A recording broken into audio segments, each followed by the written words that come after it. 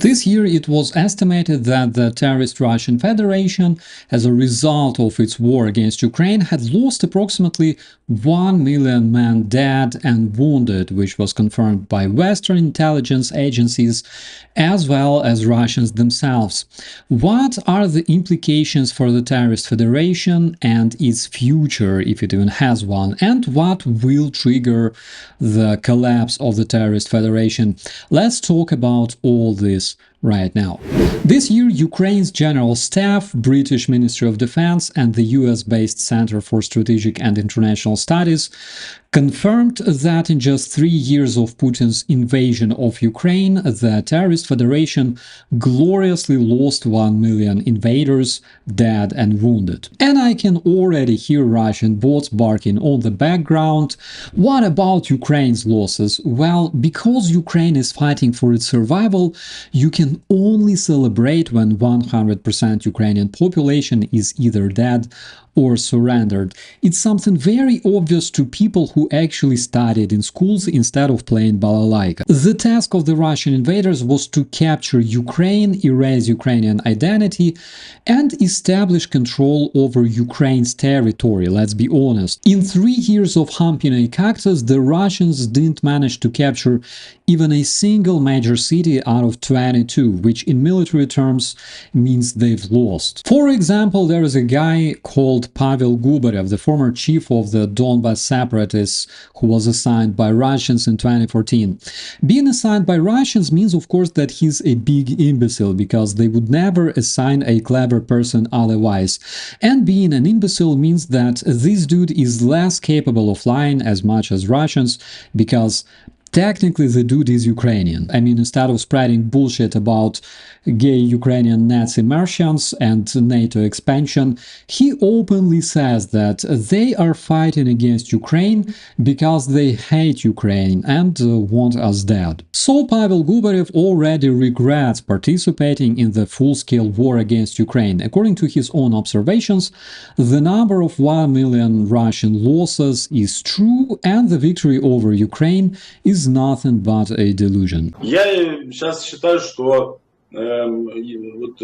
то, как она началась, шла и идет, то лучше вообще было не начинать, конечно. Блин, 3,5 года, 3,5 года. И я утверждаю, то есть мое мнение, что свыше 1 миллиона жертв. What's interesting is that not a single official Russian source ever debunked Pavel Gubarev's statements.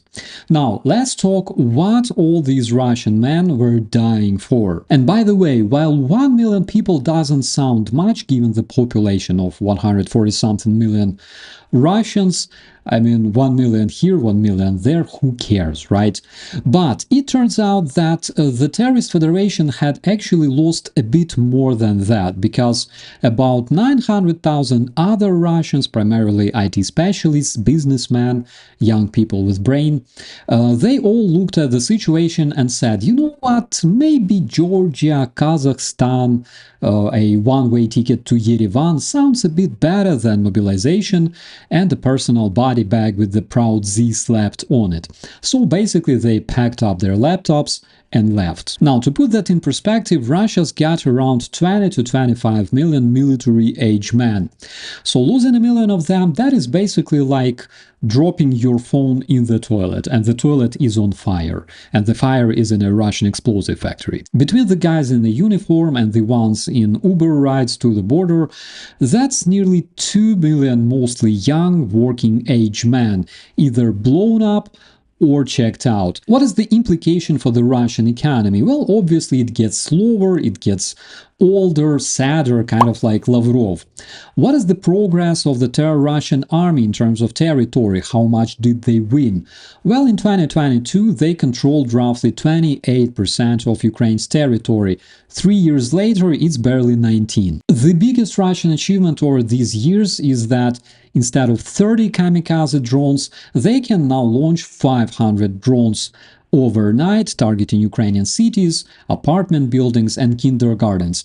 How exactly it helps them win the war is a big question, of course, because the UK during the World War II was bombed much harder. However, Adolf still lost. At the same time, we should remember that in terms of war of attrition, it's not really about the captured territory. It's about capacity to withstand longer than your enemy.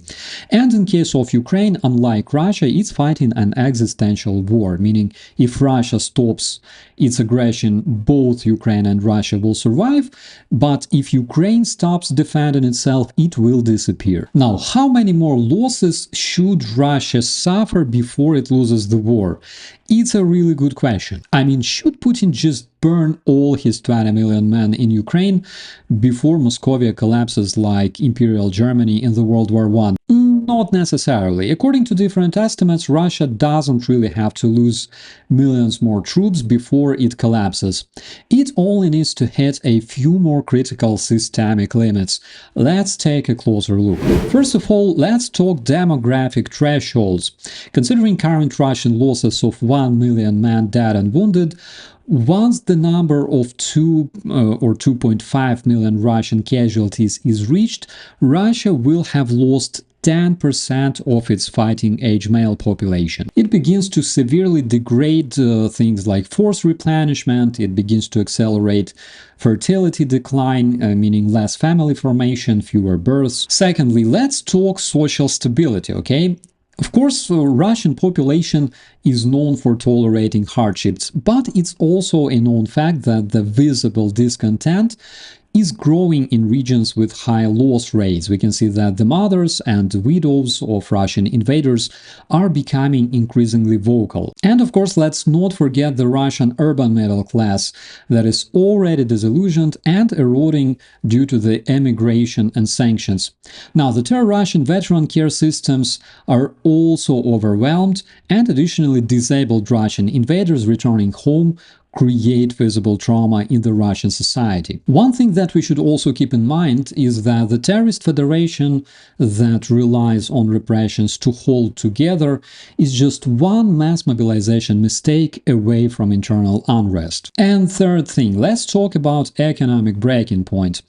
Despite the fact that Russia's wartime GDP is enforced by defense contracts, the skilled Russian labor drain is growing. Looking at things like social policies, oil production, civilian aviation in Russia, if it still exists, the sanctions keep hitting hard, and the replacement of Western tech and capital remains fragile. In addition to that, rising veteran care costs, widows' pensions, conscription gaps, all that is inflating the Russian budget, and the fact is Terror Russia has never faced anything like that since 1945. At this very moment, Putin, just like an acrobat in a shitty circus, is trying to balance between running the war, paying out pensions, and keeping the food prices stable.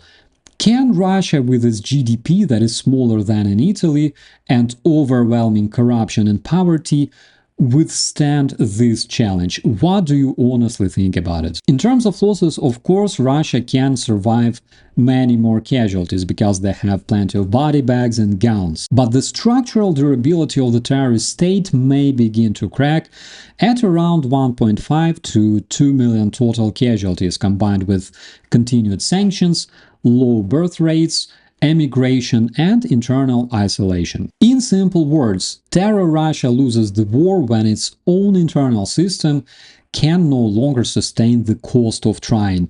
And for the process to start, they only need to burn between 500,000 and 1 million men additionally. From the historical standpoint, we've already seen at least 3 similar cases, first being Imperial Germany, second the war in Vietnam, and third the failed Russian invasion of Afghanistan, which resulted in inevitable deconstruction of USSR only within several years that followed. And because history likes to repeat itself, otherwise we would never survive as human species, I can totally predict the future of Russia. And I can totally see millions of Russian people being very, very sorry about their war crimes and paying out reparations to Ukraine, to Georgia and Syria for many, many decades to come. Because this is how you evolve from a terrorist state into a proper civilized society. And with that, my dear friends and family, I wish you a beautiful day. Thank you so much for your congratulations. I'll see you in the comments. I'm Operator Starsky. As always, be safe.